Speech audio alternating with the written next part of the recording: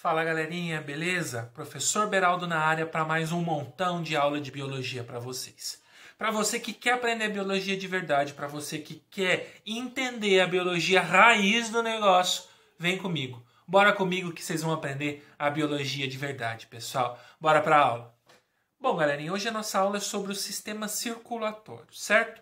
Vamos compreender como que funciona esse sistema, qual que é a importância dele, qual que é o ponto que ele vai auxiliar ou vai fazer funcionar dentro do seu organismo. Então a gente tem aí mais uma aula de fisiologia humana, certo? Mas, como é de costume, para a gente entender melhor como funciona aí o nosso sistema circulatório, vem comigo aqui para um slide que eu quero mostrar para você como é que funciona isso aí de verdade.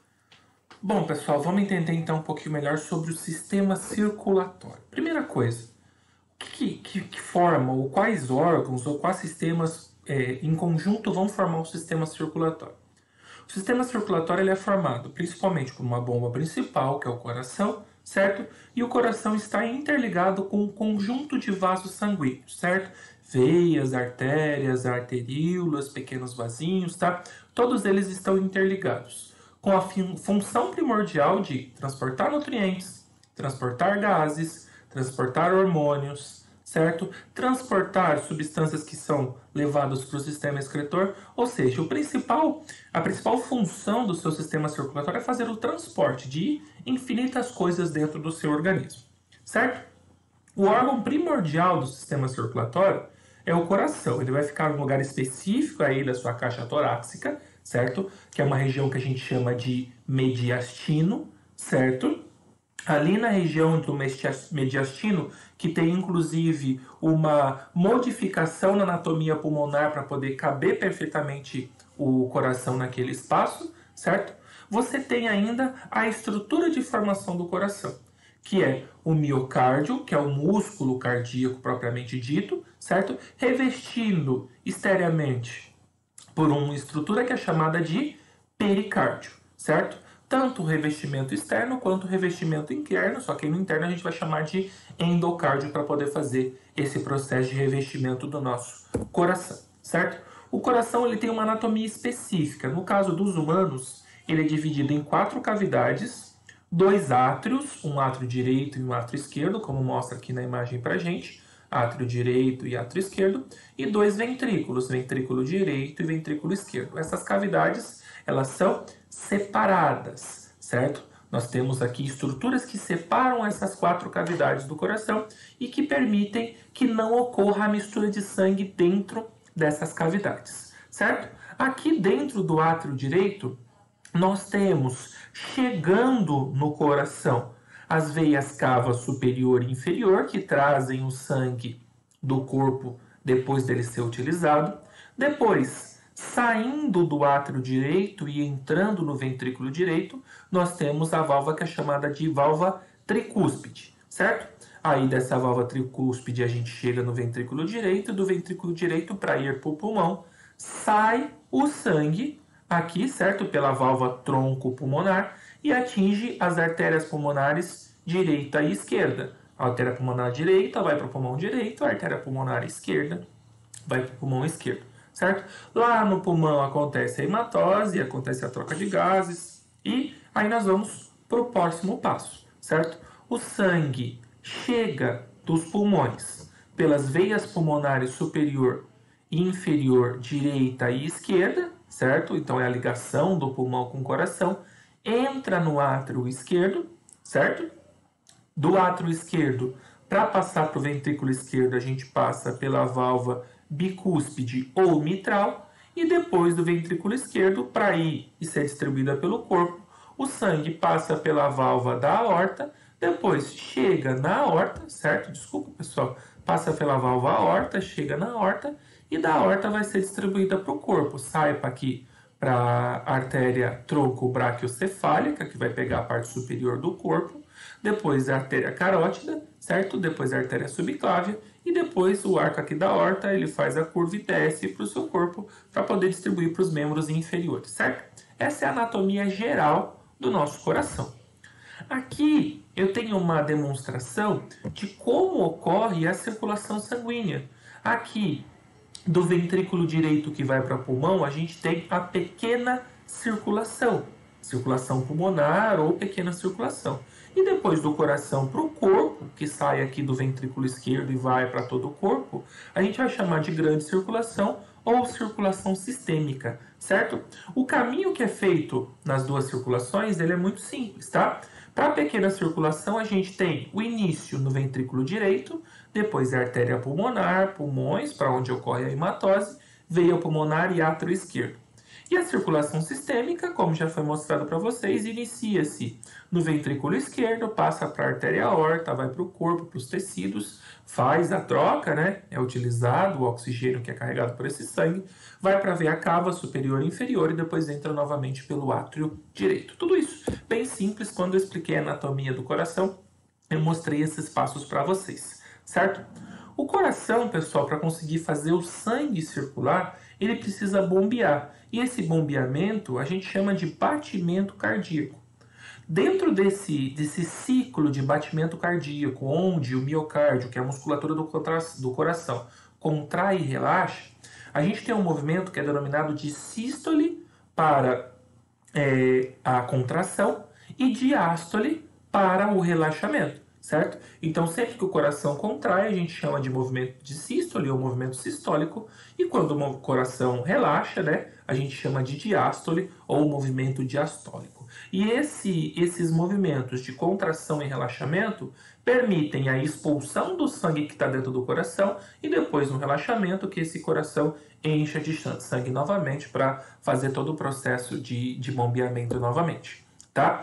Como mostra aqui nessa imagem, nós temos a circulação sanguínea acontecendo o tempo todo, do átrio para o ventrículo, do ventrículo para o pulmão, depois do pulmão para o átrio, do átrio para o ventrículo, do ventrículo para o coração. Isso é concomitante, ou seja, à medida que os átrios estão cheios de sangue, os ventrículos estão vazios, aí o sangue passa do átrio para o ventrículo, e do ventrículo é bombeado para o corpo, e novamente, quando está bombeando para o corpo, os átrios estão se enchendo de sangue novamente.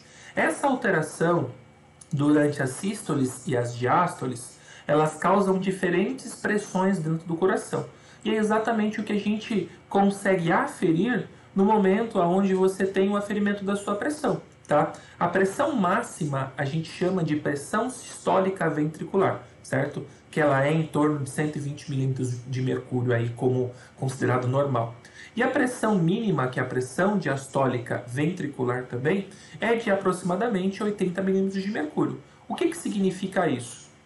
Dentro da sístole e dentro da diástole, ou seja, dentro da contração e dentro do relaxamento do coração, nós conseguimos medir a pressão interna do ventrículo, certo? Que é a pressão antes e depois da expulsão do sangue para atingir a grande circulação. Então, o que a gente fala lá no aferimento da pressão de 12 por 8, na verdade é 120 da pressão máxima e 80 milímetros de mercúrio da pressão mínima, certo? O movimento de batimento cardíaco, ele é coordenado por impulsos elétricos constantes e involuntários, aonde algumas estruturas específicas do coração coordenam esse processo de batimento, como é o caso, por exemplo, do nó sinoatrial, como é o caso, por exemplo, do nó atrioventricular, feixe de His e sistema de Purkinje. Esse esquema, nó sinoatrial, nó atrioventricular, feixe de His e sistema de Purkinje, coordenam o impulso elétrico para batimento cardíaco, certo? Então, lá no nó sinoatrial existe a geração da corrente elétrica, certo? É o nosso marca-passo natural. Depois do nó sinoatrial, você tem a passagem por nó atrioventricular, feixe de His e sistema de Purkinje. Aqui dá pra gente ver muito bem como é que funciona, tá? É uma imagem animada que é um pouco rápida, né? Já que os nossos batimentos eles são rápidos. Mas nós temos aqui, a gente pode reconhecer, ó, o nó sinoatrial, certo? Depois o nó atrioventricular.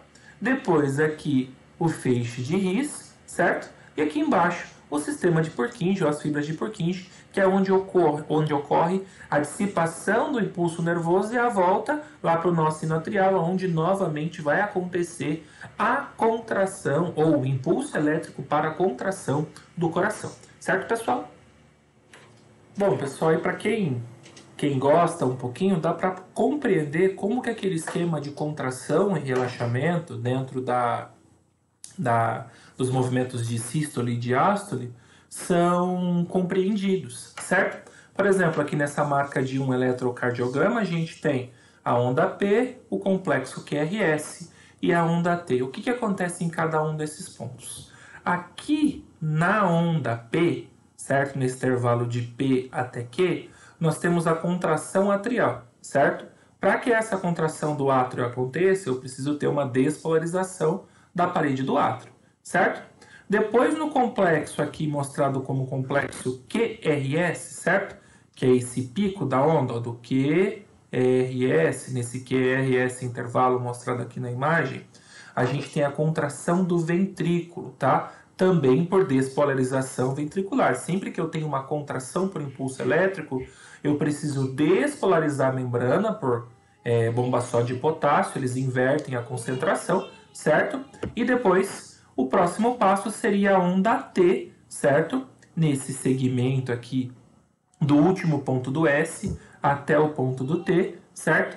Para o relaxamento ventricular com a repolarização do ventrículo para iniciar o próximo movimento de contração atrial, que seria lá na onda P novamente, certo? Aqui muito bem marcado nesse desenho. Olhando um pouquinho a anatomia do coração mais especificamente, nós temos as coronárias específicas para nutrir o miocárdio, ou seja, para nutrir a musculatura cardíaca e possibilitar que as contrações musculares elas aconteçam mais facilmente, certo? Então a gente tem ali a estrutura do miocárdio, endocárdio, pericárdio ou epicárdio revestindo ele, e por ser um músculo de extremo uso durante os processos de contração e relaxamento do coração, ele precisa de uma demanda de oxigênio e de nutrientes muito constante. Por isso existe um sistema circulatório, tá certo? Um sistema de irrigação circulatória exclusiva para o tecido do miocárdio, certo? A partir das coronárias. Quando, por um acaso, essas coronárias têm dificuldade ou param de nutrir o coração com a circulação, a partir dos oxigênio e nutrientes, acontece o que a gente chama de áreas de isquemia do miocárdio, que é o popular conhecido como infarto do miocárdio, que nada mais é pontos de obstrução das coronárias aonde você não tem a distribuição de oxigênio e nutrientes naquelas células. Quanto maior o ponto de obstrução e maior a área de isquemia, menos o coração, ou mais, na verdade, o coração perde eficiência no bombeamento. E aí você tem os infartos de maior ou menor grau, que podem levar ou não à morte de uma pessoa quando ela acaba passando por esse tipo de situação, certo, pessoal? Aqui tem um complemento do sistema circulatório, que não deixa de ser importante, mas que são as artérias, as veias e os capilares, certo? São os vasos sanguíneos ligados ao coração que são responsáveis pelo sistema circulatório. As artérias são vasos sanguíneos de grande calibre, certo? Com parede mais espessa e mais muscular, que permitem a resistência à alta pressão do coração. Lembra que o movimento do ventrículo esquerdo que vai para o corpo, ele sai em altíssima pressão. A parede do coração, lado esquerdo do coração, ela é mais espessa. Por quê? Porque precisa de contrações mais vigorosas para conseguir fazer com que o sangue circule por todo o corpo, certo? Agora, as veias, elas já são um pouco menos calibrosas que as artérias, certo? Tem uma quantidade menor de músculos e elas são as responsáveis por devolver o sangue que circulou pelo coração para o coração novamente. Circulou pelo corpo, desculpa, para o coração novamente. E por último, os capilares, que são vasos de pequeno calibre feitos de uma única camada de célula que possibilitam a passagem de gases e nutrientes diretamente para os tecidos. A questão da irrigação de sangue em determinados tecidos e a liberação de gases e nutrientes para as células daqueles espaços específicos vem de acordo com a presença dos capilares, certo, pessoal? Em algumas situações, o sistema de circulação sanguínea dentro do nosso corpo sofre alguns problemas, como é o caso, por exemplo, de uma aterosclerose, como é o caso de um acidente vascular, certo? E como é o caso da hipertensão. A aterosclerose ela acontece quando existe um acúmulo de gordura nas paredes das artérias, certo? E isso faz com que o espaço dessa artéria se torne menor para a circulação sanguínea, fazendo com que a pressão naquele espaço se torne maior. Ou seja, para o sangue conseguir passar, ele vai ter que aumentar a pressão pela diminuição do calibre daquela artéria naquele espaço, certo? Se por um acaso isso chegar a entupir, aí sim eu posso ter um problema, por exemplo, como um acidente vascular cerebral, certo? Aonde você tem um entupimento de uma artéria, certo? E ela não vai permitir mais a passagem de sangue. E pelo excesso de pressão, às vezes essa artéria se rompe, causando sangramentos em determinadas regiões e tudo mais, deixando de irrigar pontos muito importantes do nosso cérebro que vão gerar o que a gente chama de AVC. Tudo bem? No caso da hipertensão, a hipertensão é quando o coração ele precisa usar mais força para bombear o sangue, certo? Que geralmente pode ser causado pela aterosclerose em vários pontos do corpo e vai deixar o sistema circulatório sobrecarregado, certo? E todo sistema que trabalha sobrecarregado, ele pode apresentar problemas mais facilmente, certo, pessoal? Espero aí que vocês tenham entendido esse esquema de circulação, esquema de explicação do sistema circulatório e que fique mais fácil de vocês entenderem esse conteúdo, certo? E chegamos ao fim de mais uma aula de biologia. Pessoal, vencemos mais uma e eu tenho certeza que você, tá craque em todos os assuntos. Se você tiver alguma dificuldade, não estressa, não fica maluco, volta esse vídeo, pausa onde você precisa, faz as suas anotações e manda pra frente, meu amigo. Um abraço do professor Beraldo e até a nossa próxima aula.